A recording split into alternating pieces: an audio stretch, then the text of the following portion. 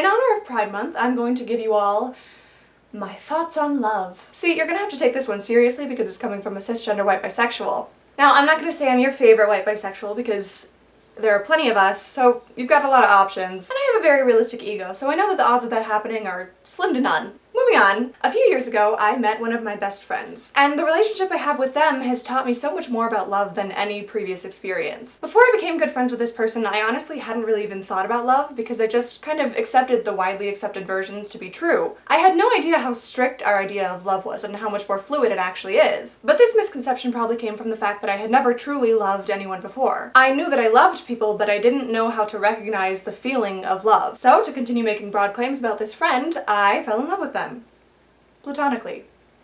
Ish. Because the difference between platonic and romantic love is either very complicated or stupid. And I think I'm gonna place my bets on the second one here. Either way, we'll get into all that later. Let's start with yet another categorization of love. This time though, it's my categorization, so it's gotta be better than all the others.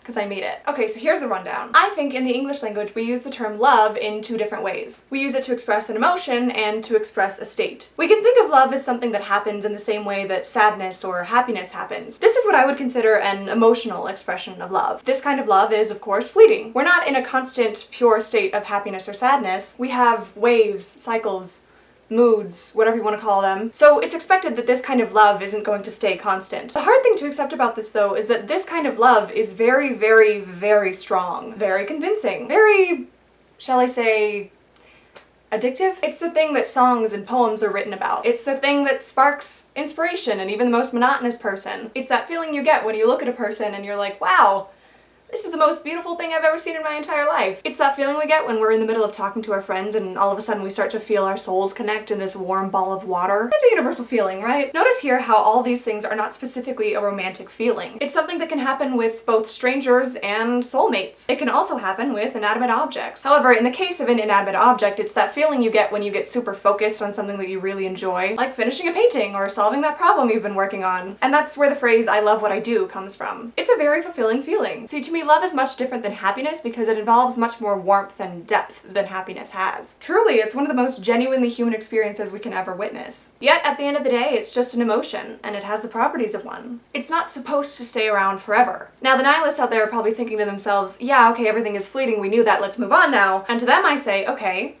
calm down, it's a little more complicated than that.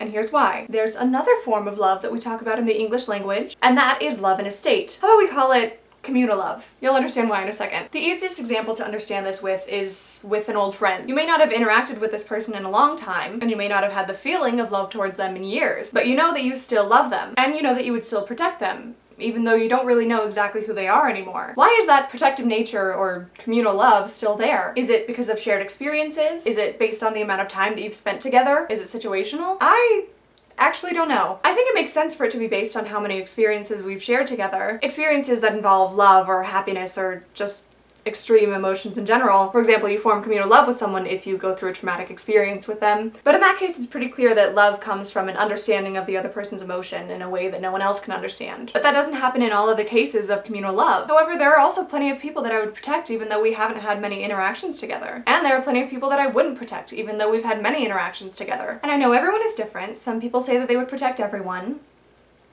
But come on now, we all know that's bullshit. For the sake of this argument though, let's say that protect means when a stranger doesn't like that person, you stand up for them. You know, you protect their name. I'm not talking about jumping in front of active traffic to protect that person. The moral stakes here are much lower than you might expect. So then this brings up a really interesting question to me about who we have communal love for. It's often assumed that we have communal love for our family or our friends, which would make sense because then that would make communal love a part of our human nature, developed as an instinct to protect our family. But there are plenty of family members that I wouldn't feel obligated to protect if someone said something negative about them, and that is totally okay. People need to be held accountable for what they do, no matter who they're related to. But this still doesn't answer the question, so I'll go ahead and take a stab at it. I think communal love depends on how much you love and understand a person, every part of them. That's why it's so weird to me when people say that you need a specific amount of time in order to actually love someone, because you can feel love towards them as soon as you meet them. True, you can't be in a condition of love with them unless you've had a longer, deeper relationship, but even then there's no time frame that you need to follow. All you need to do is understand and appreciate the complexities of that human being, especially because it's way more than possible to understand and just not appreciate someone. So Watch out for that next time you tell someone you love them. But here's what makes me angry about the whole platonic versus romantic love thing. There's a huge pressure to have romantic love. This probably comes from the fact that sex and romance are commodified to no end, but often it feels like platonic love isn't enough. Like the ultimate goal is to find a romantic partner that you can love for the rest of your life. But why don't we care so much about platonic love? Why can't we just be satisfied with a completely platonic partner? Why does it always have to be a romantic partner? See, this is something that I still can't really answer. You could definitely make the point that it comes from the need to procreate, so we fall in love with people romantically because that's just the modern, socially acceptable way to do that now, but I'm not completely satisfied with that answer. Of course, I do think that the majority of the need for romance comes from the capitalistic brainwashing that we all undergo as children and adults and in death, but I tend to believe that if love didn't exist in the most basic form of humans, before a structured society at least, then we probably wouldn't be here. If we didn't have the instinct to love each other romantically, then we probably wouldn't have the instinct to live with each other and have fun with each other. Procreate. Of course, this original romantic love was probably not the way that we think of it now. It was probably, if not definitely, some form of polygamous or homosexual love. But then this kind of begs the question in our modern westernized brains, was that kind of love romantic or platonic? With sex on the side. And it brings us right back to the question, what is romantic love? Okay, I'll be honest, I've never felt romantic love. In fact, I don't know if I've ever had romantic feelings before, but I truly can't imagine that it would be much different than the deep platonic love we can all feel towards our friends. So that's why I think this whole thing is stupid. I think we can feel love towards each other, towards anyone really, and we can be in the condition of love with anyone as well. But the love that we feel, or that we're in a state of, doesn't change whether or not we're also attracted to that person. And now you may be thinking, okay, that's interesting, but it doesn't have the impendingly negative conclusion that you usually make. Aha!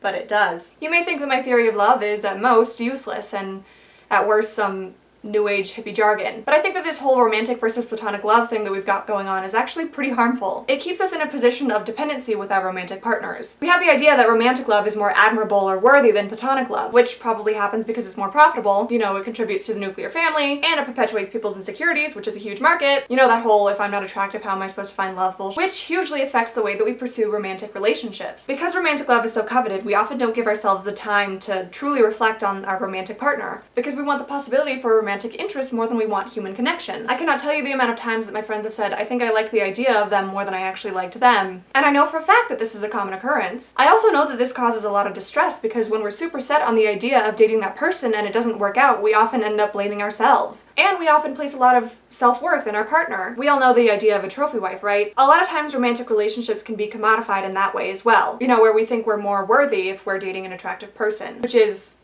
clearly very stupid, and I'm pretty sure I don't need to explain why. In a very simple way, the reason that we have this disappointment is because of our hierarchy of love. A hierarchy where platonic love is useless and romantic love is priceless, when in reality they're the same, and we can get just as much fulfillment out of both. We just need to demystify romantic love. Finding a romantic partner won't change you. If you're broken and you get into a relationship, you're still going to be broken. You're just broken with a partner instead. And it's not their job to fix you either. Of course, finding someone that you love and cherish and care about can definitely help you change yourself, but there's absolutely no need for that to be a romantic partner that you find. There's also no need to put that much pressure on your romantic partner to fix you, especially because romance can get complicated. And friends are just much easier to be genuine around anyways. So I don't know, go listen to your friends a little bit more today. Take a second to realize how important they are to you, and I don't know, go do something you enjoy. I'm not a life coach.